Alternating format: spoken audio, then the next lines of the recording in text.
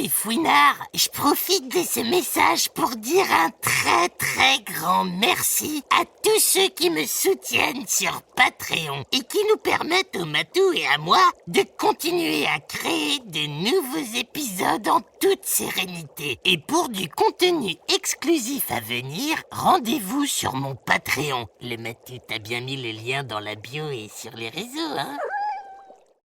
Matou, traducteur 3000, activé. Les petits fouinards, ici le Matou. Je sais que c'est jour d'histoire passage, mais la Baba Yaga est d'une humeur massacrante et elle a décidé de tout casser. J'ai essayé de la calmer en lui préparant son casse-croûte préféré. Waouh, j'ai le ventre bien plein là. Je peux presque plus bouger. Le Matou, c'est vrai que tu schmoutes, mais ton cassoulet est divin.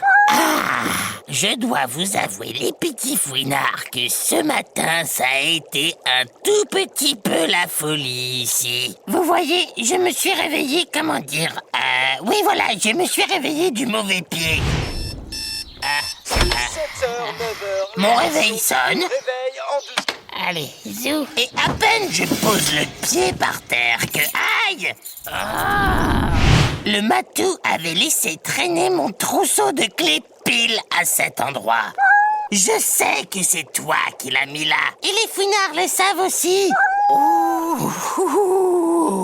Non, tu te calmes, Baba Yaga. Tu restes calme. Aïe. Bon, je reprends. Je me lève tranquillos pour aller faire ma boisson du petit déjeuner préféré, mon café mélangé à du jus de betterave macéré. Et là, non seulement il n'y a plus de betterave, mais en plus, il n'y a plus de café. Non mais oh! Et la personne qui s'est servie en dernier, suivez mon regard, les fouinards, a remis la boîte à café vide dans le meuble. Je vous parle même pas de la suite de la matinée, la porte de la cuisine qui ne s'ouvre plus.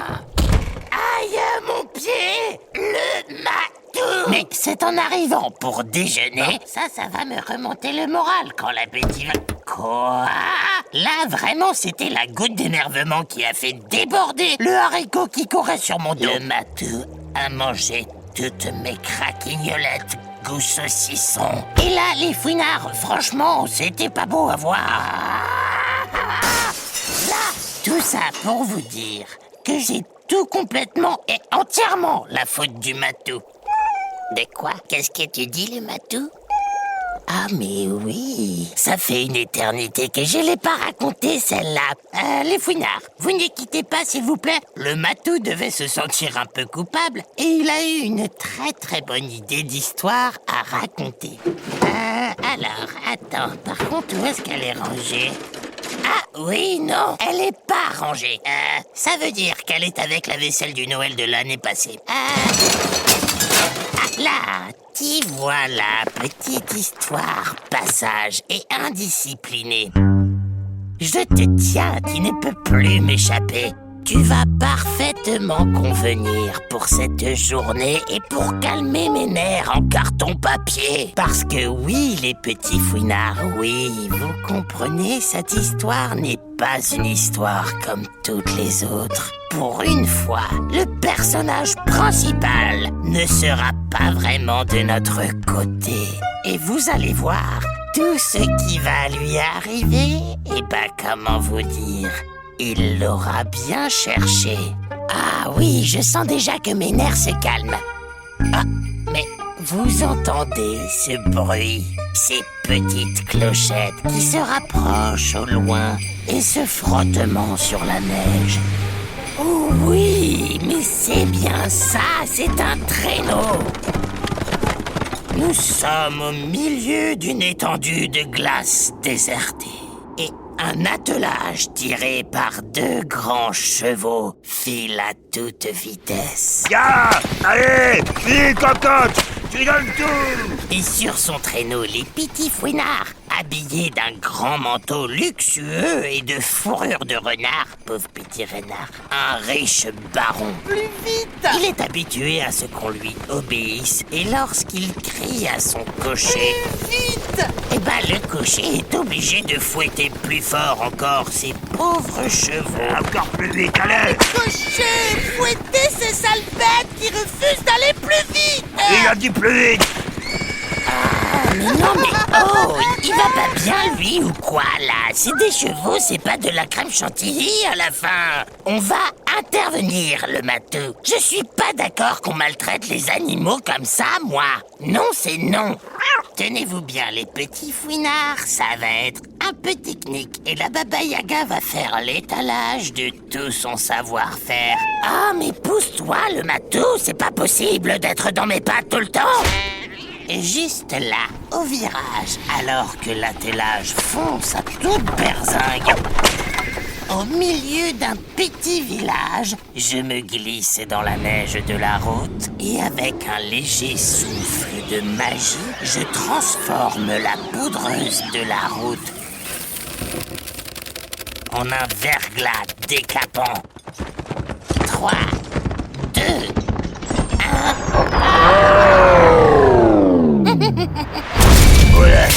1... Je me suis fait mal partout là. Qu'est-ce qui s'est passé? Ah ben je sais pas mon maître. C'est le verglas. Enfin je crois. En rentrant, je vous ferai fouetter. D'accord. Et la prochaine fois, ce sera... Ah? Mais qu'est-ce que c'est que ce bruit-là? Il entend un rythme étrange, près de là où son traîneau s'est accidenté. On dirait un bruit de guerre, mais sans la guerre. Alors le noblio contourne une maison. Ah, mais faut raser ça. Qui tient à peine debout sur ses pattes. Qui voudrait habiter là-dedans? Et il voit dans la petite cour misérable un vieillard en train de couper du bois avec une vieille hache. Mais enfin! Mal affûté en plus. Mais qu'est-ce que c'est que ce manège? Le vieillard est en nage. Ses habits, en plus d'être tout troués, tout rapiécés, ses habits sont trempés de sueur. Mais il va pas bien du tout, ce vieux monsieur. Pourquoi se faire mal comme ça? Allez, encore une tournée de bois. Oh là! Brave vieillard! Bonjour, monseigneur. Je comprends pas, là. Qu'est-ce que c'est que cet imbroglio, là? Pourquoi couper du bois et t'acharner comme ça? Bah, en fait, c'est pour le vendre aux marchands de bois, pour acheter ensuite moi-même du bois, pour me chauffer Oh, et pour... stop! Je ne comprends pas un mot de ce que tu dis. Bah, en 2 mots, c'est à cause de la misère, quoi. La quoi? Bah la misère, quoi. La berdouille, la poisse, la pommade, la berzingue, la misère, en somme. La misère. Ah bah c'est marrant ça. Enfin quelque chose de nouveau. Mais pourquoi j'en ai jamais entendu parler? Dites-moi mon bon vieillard, où est-ce que je peux la voir, la trouver quoi, cette misère? Le pauvre vieillard n'en revient pas. Lui qui pensait, comme tout le monde, que plus on était riche, plus on était intelligent. Et que c'est sûrement parce qu'ils étaient intelligents que les riches étaient riches. Eh bah oui, le vieux, ça t'apprendra à croire tout ce qu'on te raconte. Pauvre pomme, te voilà, la bouche ouverte, à pas savoir quoi dire à ce crétin des Alpes en habit tout cousu d'or. Bon, eh bien réponds, le vieux, ou je te fais fouetter. Oh non, jamais le fouet. Bon, allez, je vais te dire quoi répondre, moi. Répète après moi. Eh bien, mon prince. Eh bien, mon prince, La misère, c'est... la misère, c'est pas compliqué. Vous allez la trouver en vous enfonçant tout droit dans la forêt. Par là. Par là? Ah, mais c'est parfait. J'ai plein de questions à poser à la misère. Cocher, J'arrive. nous partons tout de suite à la conquête de la misère. Et mon maître. Ce crétin de Noblio, suivant les bons conseils de la Baba Yaga, se met en route à travers l'épaisse forêt de pins avec ses petites chaussures. Mais aïe! Et son pauvre cocher qui le suit n'emmène pas plus large. Et plus il s'enfonce dans la forêt, plus je leur mets dans les pattes des petites ronces bien piquantes. Ah, ça pique. Mais mon manteau se déchire. Mais enfin, mais c'est un scandale. Cocher, venez donc fouetter ces horribles ronces. Oui, mon maître. Prenez ça, les ronces. Ah, et puis tiens, on va faire en sorte que la nuit tombe. Ce sera plus drôle dans le noir. Allez, la nuit tombe. Cocher, cocher, je ne vous vois plus. Vous êtes où? Je suis là. Mais vous êtes malade, vous m'avez fait peur. Oups, désolé. Fouettez-vous vous-même, cocher. D'accord. Tiens, prends ça, cocher. Aïe. Comment va-t-on faire pour trouver la misère s'il fait nuit comme ça? Mais faites quelque chose, sinon ce sera... Mon maître. Eh oui. Mon maître. Attention au trou. Cocher, je suis tout taché, j'ai de la boue partout et je suis crevé en plus. Allez, on les fait tourner encore quelques heures dans cette forêt piégée. J'en ai marre. Et quand enfin arrive le matin, nos deux crétins reviennent à l'exact endroit d'où ils sont partis. La bâtisse du vieillard. Ah bah enfin. Enfin, mon maître. Enfin, je vais rentrer chez moi. Je vais prendre un bain chaud pendant 12 jours. Eh, voilà le traîneau, mon maître. Mais quand ils arrivent devant le traîneau... Mais qu'est-ce que... Je rêve ou il n'y a plus les chevaux? Eh ben oui, voilà. Ils sont partis en vacances, les chevaux. Et ils l'ont bien mérité. Maître, souhaitez-vous que je me fouette? Et donc, devant eux, il n'y a qu'un traîneau tout seul et sans chevaux. Mais enfin, mais c'est terrible. Bah oui. C'est pas mon traîneau, c'est celui du fils du roi. Ah bon? Si je ne lui rends pas, je ne serai plus invité à son grand bal de fin d'année. Cocher, vous allez tirer la carriole. Tout de suite, mon maître.